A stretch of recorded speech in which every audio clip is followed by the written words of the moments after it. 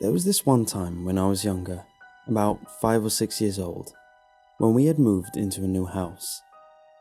It was just me and my mother most of the time, since my father worked long hours during the evening into the early morning.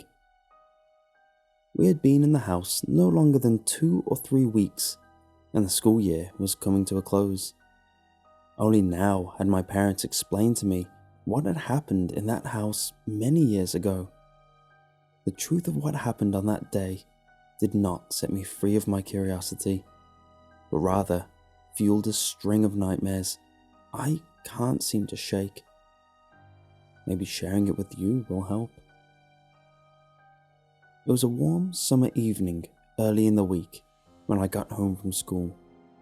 My parents trusted me to walk as the neighborhood was a quiet area and the school was only a few blocks away. As usual, my dad was leaving for work as I got home, so we had a normal chit-chat about my day and if anything interesting had happened at school. Nothing had happened at school, at least that was worth noting to my dad, who seemed to be in a hurry. My mom was in the kitchen getting my plate ready for dinner. We ate early since my dad had to leave for work at such a strange time, but I had gotten used to it over the years. As we sat together, I ate dinner while my mom watched one of her soap operas that I didn't necessarily hate, but didn't exactly love either. There was no other plans on the horizon, as all of my friends, all 2 of them, were busy with their own lives. This meant a lonely night of homework and video games, which wasn't necessarily a bad thing. I remember sitting beside my mom just after finishing my plate and looking up at her. She was engrossed in a show until she gave a sharp look toward the kitchen. Her face curled up with confusion and curiosity. So she got up to walk toward the kitchen to investigate. The light from the kitchen spilled into the now dark living room, lit only by the sharp yellow light of the kitchen and the flicker of the television. I had seen what she saw as well, but to me it seemed like a slight disturbance in the light. After investigating the kitchen, she returned and shrugged it off as if it were nothing. To me, it was nothing, so we continued watching television until my mom asked me to go finish my homework. As I walked down the hallway toward the staircase up to my room, I could feel a cold chill in the doorway where my mom had gazed earlier. It gave me chills, but nothing like when I got to the bottom of the stairs. There was something about the stairs in this house that made me feel unsettled. The basement was fine. The basement stairs were fine. Hell, the crawl space in the basement had more life and character to it than the staircase that led to the upstairs. I absolutely despised having to climb up and down its dark wooden steps, especially late into the night. It wasn't that I was afraid of the dark or monsters or really anything of the sort. I can't really explain it. It felt like the stairs were watching me, so I would run up and down them as fast as humanly possible. You know that feeling you get when you're being chased and it feels like whatever is chasing you could grab your ankles at any moment and tear you down? Yeah, that feeling. Once I got to my bedroom, I was safe, as if whatever dark entity that constantly chased me up the stairs was not allowed into my room. It was a safe haven from whatever lived in or on the staircase, which is why I spent most of my weeks in the house in my room or out with my friends.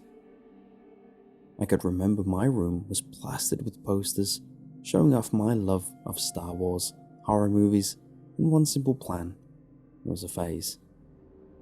Like most kids into Star Wars at my age, my floor was littered with nearly hundreds of action figures, playsets, and anything my parents could get their hands on. It was a mess, but it was my mess, and I loved it. Having completed my homework, which consisted of bland math and English papers, I rewarded myself with 2 solid hours of video games. By the time I got sick of the games, I looked at the clock to see it was nearing 9 o'clock. As I stood up to turn the television off, I could hear a voice from downstairs. "Honey, can you come downstairs for a minute?" I pushed my door open and stepped into the hallway.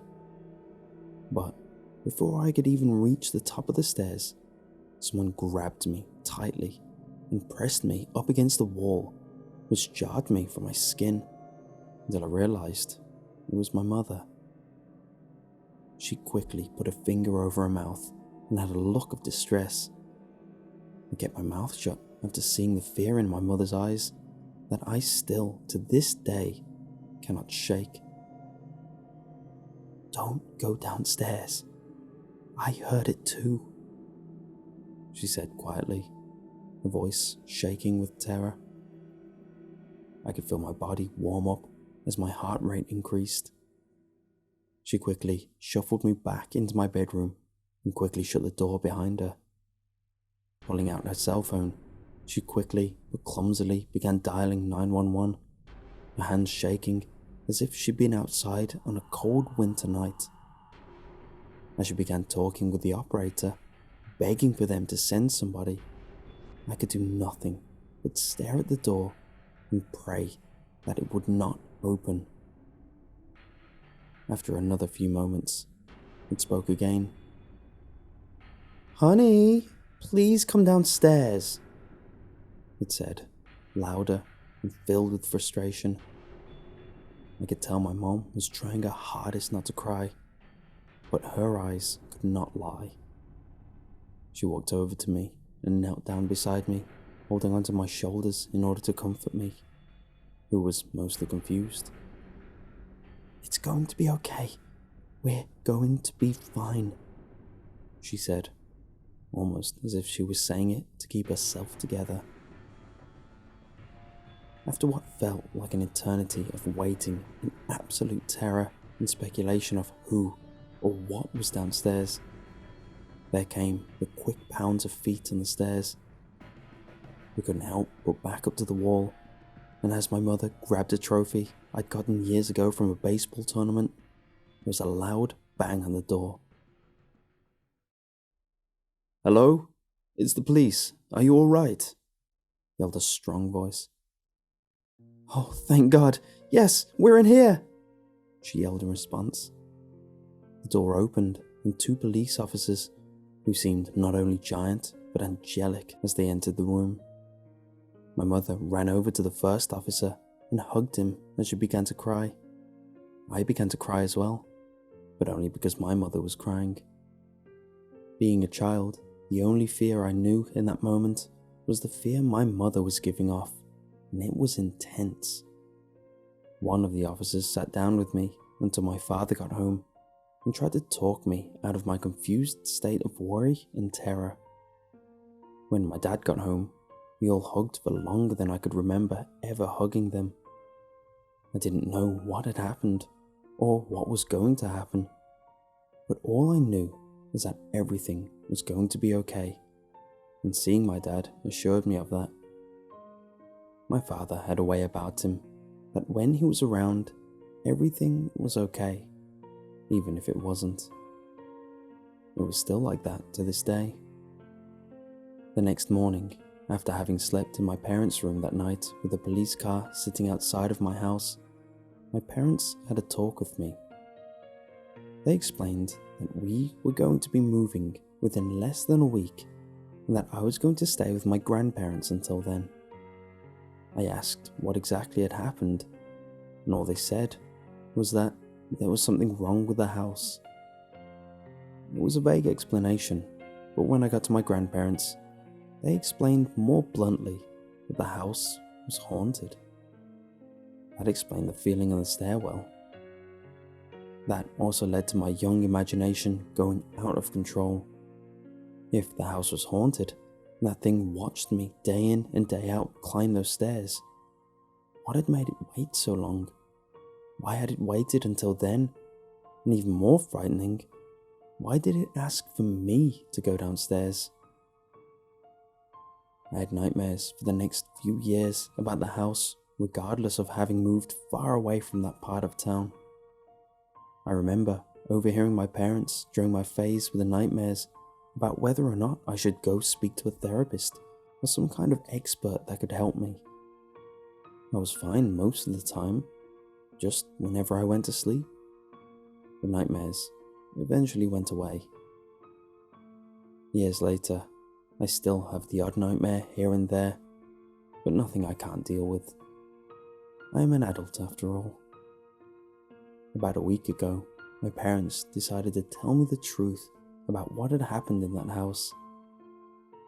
As they began explaining it, I was horrified that for all these years, I hadn't known the truth about what happened. Were they going to try and relieve the nightmares which I had long past? Or was there something more sinister to my experience? They explained that the house wasn't haunted at all, at least as far as they ever knew. A few days before that night, a woman had escaped from the mental ward of the local hospital.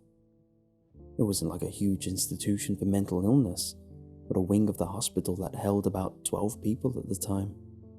The limit was never met. The woman who escaped that night was named Iris McLeod, and she was being detained after supposedly killing her 3 children. She suffered from severe schizophrenia and had several manic episodes before being committed, but was never on any sort of medication. Those poor kids. The police had done a more thorough investigation and found that she had been living in our attic for the majority of the week after her escape. She lived right above my bedroom. That was by far the worst part of the whole thing. She never just pounced on us. She never wanted to escape. Those eyes I could feel on me every time I went up and down those stairs, not ghostly, or my imagination ran amok. Those eyes were real, and I had felt those eyes on me for years after. I can feel them on me now, but a part of me doesn't believe it. I don't want to believe it, but the fact is that she was never caught. Those eyes could very well be on me, but who knows? It could be on you too.